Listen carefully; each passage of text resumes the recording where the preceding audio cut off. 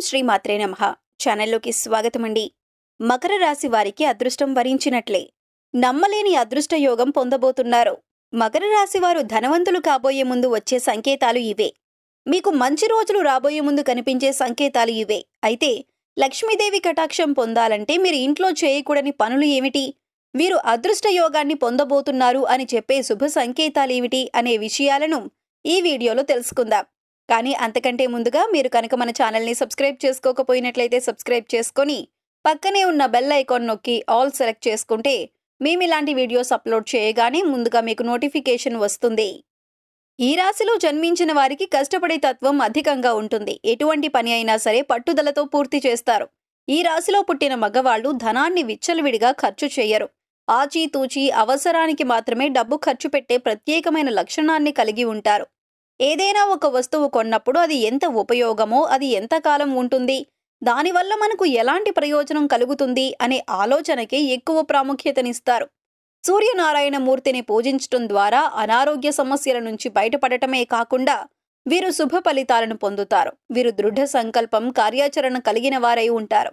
అదేవిధంగా ప్రేమించే మనస్తత్వం కలిగి సంగీతాన్ని కూడా ఆస్వాదించే గుణాన్ని కలిగి ఉంటారు. అటువంటి ఈ రాశి వారికి అదృష్టాన్ని తీసుకొచ్చే విషయాలను గురించి తెలుసుకుందాం. ప్రతి ఒక్కరూ తమ జీవితంలో మంచి రోజులు రావాలని కోరుకుంటారు. లక్ష్మీదేవి కటాక్షంతో సిరి సంపదలు కలిగి ఉండాలని, లక్ష్మీదేవి ఇంట్లో స్థిర నివాసం ఉండాలని ప్రతి ఒక్కరూ కోరుకుంటారు. మనిషి ఎదుర్కొంటున్న సమస్యల నుంచి బయటపడాలని ప్రయత్నిస్తారు. ఆర్థిక కష్టాల నుంచి బయటపడాలని, జీవితంలో ఉన్నత స్థాయిని చేరుకోవాలని ప్రతి ఒక్కరూ భగవంతుణ్ణి నిత్యం ఆరాధిస్తూ ఉంటారు. లక్ష్మీ కటాక్షం ప్రతి ఒక్కరికి లభిస్తుంది. కానీ శ్రీ మహాలక్ష్మీదేవి ఇంటికి వచ్చే ముందు కనిపించే శుభ సంకేతాలు గమనించాలి. ఇంట్లో ఈ రాశివారు ఎటువంటి పనులను చేయటం వలన లక్ష్మీదేవి స్థిర నివాసం ఉంటుంది అని తెలుసుకోవాలి. ఈ రాశివారు చేసే పనుల ఆధారంగానే లక్ష్మీదేవి కటాక్షం కలుగుతుంది. లక్ష్మీదేవి కటాక్షం ఉంటే ఎవరి జీవితంలోనైనా సరే సంతోషం వెల్లివిరుస్తుంది. ఎంత కష్టపడినా సరే డబ్బు నిలవకపోవటానికి ఇంట్లో చేసే పనులే కారణమవుతాయి. సిరి సంపదలకు అధిదేవత అయినటువంటి శ్రీ మహాలక్ష్మీదేవి ఇంట్లో స్థిర నివాసం ఉండాలంటే ఈ రాశివారు ఇంట్లో ఈ పనులను చేయకూడదు. లక్ష్మీదేవికి ఇష్టం లేని పనులు చేసినట్లయితే లక్ష్మీదేవి ఆగ్రహానికి గురవుతారు.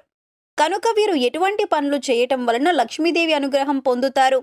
వీరు తమ జీవితంలో లక్ష్మీదేవి కటాక్షాన్ని పొందే ముందు కలిగే శుభ సంకేతాలేమిటి అనే విషయాన్ని తెలుసుకుందాం.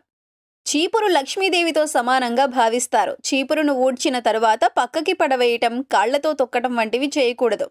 ఇంటిని మొత్తం శుభ్రం చేసే చీపురును కూడా పవిత్రంగా భావించాలి.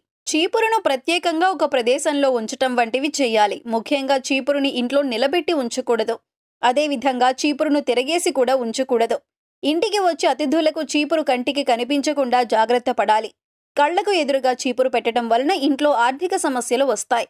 చీపురు ఉంచే ప్రదేశాన్ని బట్టి ఇంట్లో లక్ష్మీదేవి స్థిర నివాసం ఉంటుంది. వీరు ఆహారాన్ని ఉపయోగించే విధానాన్ని బట్టి కూడా వారి జీవితంలో లక్ష్మీ కటాక్షం ఏ విధంగా కలుగుతుందో చెప్పవచ్చు. ప్రతి వ్యక్తి తాను సంపాదించిన డబ్బులతో కడుపు నిండా తినటానికి చూస్తాడు. అయితే ఆహారం వృధా చేయటం ద్వారా వారి జీవితంలో నుంచి లక్ష్మీదేవిని వారే బయటికి పంపిన వారు అవుతారు. ముఖ్యంగా ఈ రాశివారు ఆహారం విషయంలో తగు జాగ్రత్తలు తీసుకోవాలి. నీటిని కూడా వృధా చేయకూడదు. నీటిని పొదుపుగా వాడటం అనేది భవిష్యత్తులో ధనవంతులను చేస్తుంది అనటానికి సంకేతం. శ్రీ మహావిష్ణువు నారముల నుండి జన్మించాడు. నారములు అనగా జలము అని అర్థం. అంటే శ్రీ మహావిష్ణువు జలం నుంచి వచ్చాడన్నమాట. అందుకే నారాయణుడు అంటారు. అదేవిధంగా లక్ష్మీదేవి కూడా నీళ్ల నుంచి వచ్చిందని పద్మపురాణంలో చెప్పబడుతుంది. లక్ష్మీనారాయణునికి ఇష్టమైన నీటిని వృధా చేయటం కూడా లక్ష్మీ కటాక్షానికి దూరమవుతున్నాం అనటానికి సంకేతం. నీటిని ఎంతగా ఖర్చు పెడితే వారి చేతిలో డబ్బు కూడా అంతగా ఖర్చు అవుతుంది. కాబట్టి ఆహారాన్ని వృధా చేయటం, నీటిని వృధా చేయటం, కావలసిన ఆహార పదార్థాల కన్నా ఎక్కువ శాతం వండటం వంటి పనులు చేయకూడదు. ఈ రాశివారు కష్టపడి సంపాదించే మనస్తత్వం కలిగిన వారై ఉంటారు. అదేవిధంగా వీరు సంపాదించిన దానిలో కొంత శాతమైనా లేని వారికి దానం చేయటం ద్వారా వీరికి లక్ష్మీ కటాక్షం కలుగుతుంది. దానం చేయటం వలన పూర్వజన్మ దోషాలు, నవగ్రహ దోషాలు, శని దోషాలు వంటివి నశిస్తాయి. పేదవారికి అన్నదానం, వస్త్రదానం వంటి దానాలు చేయటం వల్ల లక్ష్మీ కటాక్షం ఈ రాశి వారికి ఎప్పుడూ ఉంటుంది. ఈ రాశివారు పూజ చేసే విధానం కూడా వారి యొక్క అదృష్టానికి కారణమని చెప్పొచ్చు. ఎవరైతే లక్ష్మీదేవిని ఎర్రని మందారాలతో లేదా చామంతి పువ్వులతో పూజిస్తారో వారిపై లక్ష్మీ కటాక్షం ఉంటుంది. ఎర్రని పుష్పాలతో లక్ష్మీదేవిని పూజించటం ద్వారా లక్ష్మీ కటాక్షం అనేది కలుగుతుంది.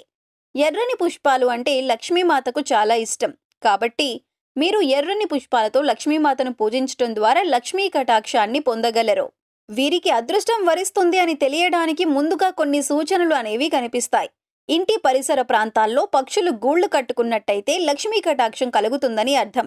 సాధారణంగా పక్షులు ఇంటి ఆవరణలో గూడు అనేది కట్టుకోవు. అటువంటి పక్షులు ఇంటి పరిసరాల్లో గూడును నిర్మించుకున్నట్లయితే అదృష్టం కలుగుతుందని అర్థం. చాలా మందికి చీమలు ఉంటే నచ్చదు. చీమలను మురికిగా భావిస్తారు. అయితే ఇంటి పరిసరాల్లో నల్ల చీమలు గుంపులు గుంపులుగా కనిపించినట్లయితే అదృష్టం వరించబోతుంది అని తెలియజేయటానికి సూచన. అయితే ఎర్ర చీమలు కనిపించటం అనేది అప్పుల బాధకు గురవుతున్నామన్న దానికి సంకేతంగా చెప్పొచ్చు. ఇల్లు ఎంత శుభ్రంగా ఉన్నప్పటికీ పరిసరాల్లో నల్ల చీమలు గుంపులు గుంపులుగా కనిపిస్తూ ఉంటాయి. ఈ విధంగా నల్ల చీమలు కనిపించటం వల్ల ఈ రాశి వారికి విజయం అనేది లభిస్తుంది అనటానికి సూచన. బల్లిని చూడగానే చాలా మంది చిరాకు పడతారు. కానీ బల్లి రాక కూడా లక్ష్మీ కటాక్షానికి కారణమని చెప్పొచ్చు. 3 బల్లులు ఒకే చోట కనిపించినా కూడా అదృష్టానికి సూచనగా చెప్పవచ్చు. కలలు రావటం అనేది చాలా సహజం. అయితే కొన్ని కలలు రావటం వలన చాలా భయాందోళనకు గురవుతాం. అయితే ఏ కలలు రావటం ఈ రాశి వారికి అదృష్టం వస్తుందో తెలుసుకుందాం. ఈ రాశి వారికి అదృష్టం అనేది కలల రూపంలో కూడా సూచనలు తెలియజేస్తుంది. తులసి మొక్క చుట్టూ బల్లులు కనిపించినా, చేతిలో దురద పెడుతున్నా, ముఖ్యంగా కుడి చేతిలో దురదగా ఉన్నట్లయితే అదృష్టం వరిస్తుంది అనటానికి సూచన. అదేవిధంగా ఉదయం లేవగానే చీపురుతో తుడుస్తున్నట్టు కనిపించినా శుభసూచకంగా చెప్పొచ్చు.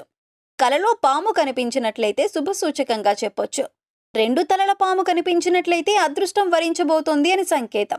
అదేవిధంగా కలలో చీపురు, గుడ్లగూబ, బల్లి, పాము, ఏనుగు, గులాబీ పువ్వు, శంఖం వంటివి కనిపించినట్లయితే ఐశ్వర్యం కలుగుతుంది అనడానికి సూచన. కొన్ని శబ్దాలు కూడా వీరికి అదృష్టాన్ని తీసుకువస్తాయి.